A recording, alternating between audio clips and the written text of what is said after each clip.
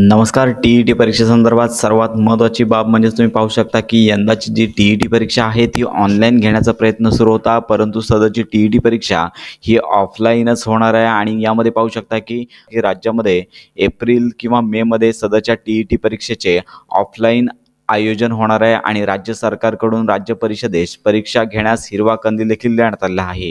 राज्य परीक्षा परिषदेकडून यंदा टी-ई-टी परीक्षा ऑफलाईन घेण्यासाठी राज्य सरकारची परवानगी मिळाली आहे. परीक्षा ऑनलाईन घेण्याचा विचार होता, परंतु तांत्रिक कारणांमुळे परीक्षा ऑफलाईन घेण्यावरच शिक्कामोर्तब करण्यात आले आहे. त्यामुळे त्यानुसार तयारी देखील सुरू करण्यात आली असून अधिकाऱ्यांची कार्यशाळा देखील घेण्यात आली आहे. त्यामुळे येत्या एप्रिल किंवा मे महिन्यामध्ये सदरची परीक्षा नक्की घेण्यात येणार आहे. तर अशा प्रकारे ही महत्त्वाची माहिती आहे. तर यंदाची टी-ई-टी परीक्षा एप्रिल किंवा मेमध्ये होणार आहे. त्यामुळे 15 दिवसांचा कालावधी सदरचा ऑनलाईन अर्जांकरता देण्यात येईल आणि या संदर्भात संपूर्ण अपडेट वेळोवेळी आपल्या चॅनलवरती दिल्या जातील. त्यामुळे तुम्ही आपल्या मराठी अपडेट गुरु या यूट्यूब चॅनलच्या कनेक्टमध्ये राहा.